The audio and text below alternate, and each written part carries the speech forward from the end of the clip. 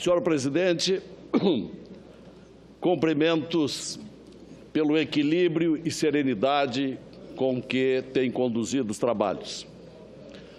Senhores senadores, senhoras senadoras, estamos prestes a terminar este longo e penoso processo de impeachment.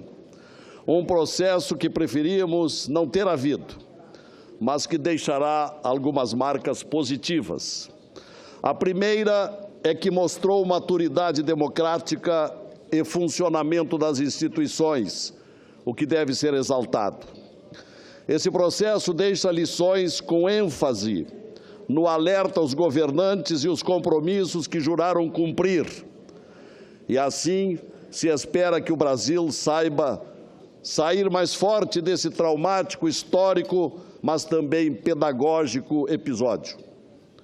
Até 3 anos passados, a presidente da República desfrutava de altos índices de aprovação nas ruas, nas pesquisas de opinião e no Congresso Nacional. Esse prestígio, no entanto, esfumou-se, súbita e justamente quando da apuração dos crimes no andamento da Operação Lava Jato. Pelos erros, crimes e conivências que começaram nas descobertas que foram surgindo na operação, onde integrantes do governo Dilma e mais ainda do seu partido e de integrantes do governo do seu padrinho político, que deixaram graves digitais de omissões, conivências e cumplicidades. Tudo desvendado durante os interrogatórios e colaborações premiadas. Figuras de confiança do governo, como o líder do Senado, Delcídio Amaral, o diretor da Petrobras, Nestor Cerveró, o casal marqueteiro João Santana e Mônica, os tesoureiros do PT e outros implicados, presos ou condenados. Muitos já revelaram. Ali surgiram fartas provas de que a eleição da presidente em 2014 estava viciada por apoios financeiros mal havidos e à custa da ruína de estatais, como a Petrobras, e perniciosos contratos superfaturados no conluio com empreiteiras de grandes obras públicas. Por esse conjunto de fatos, senhores senadores, irrefutáveis, que se passou a chamar de conjunto da obra, que o governo não quer ouvir, por razões óbvias, porque incriminadoras, é que esse processo de impeachment também precisa ser encarado nos aspectos políticos, como é próprio de um feito, de um impeachment, porque é proposto, discutido e julgado por políticos numa casa de natureza política. Mas, é claro, não se desconsideram jamais os aspectos jurídicos.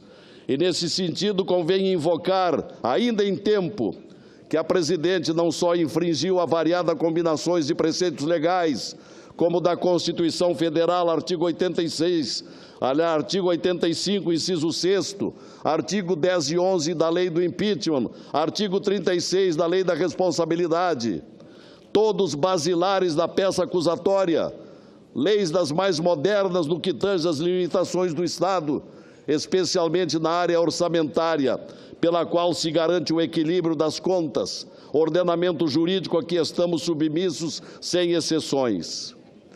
Agora,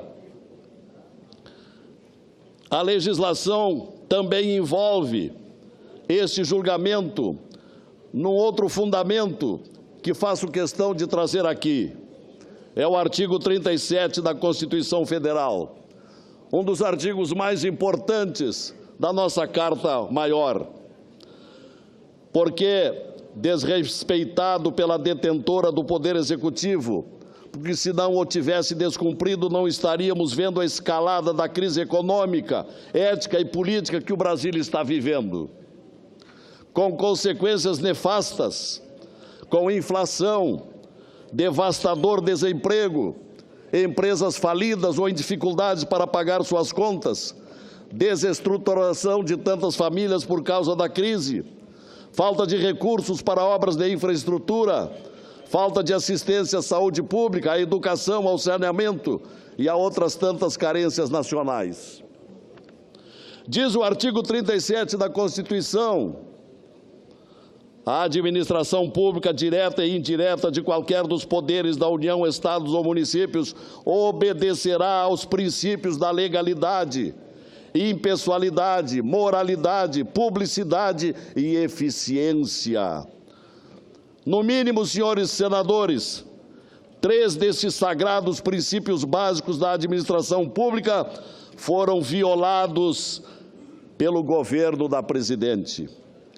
Por exemplo, como falar em legalidade do governo se descumpriu a lei orçamentária e a lei da responsabilidade fiscal?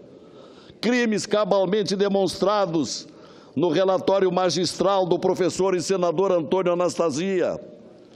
Como falar em cumprimento do princípio da moralidade se desde a eleição do governo Dilma provém de ilícitos, com uma campanha eleitoral patrocinada por verbas ilegais, caracterizando o estelionato eleitoral, como demonstrou hoje pela manhã a advogada Janaína Pascoal em minucioso e brilhante pronunciamento. Talvez o ponto mais alto desse longo processo de tantos pontos altos. E depois a fraude documental na tentativa de esconder o cometimento das pedaladas e dos créditos suplementares. O princípio da moralidade foi claramente atropelado pela acusada.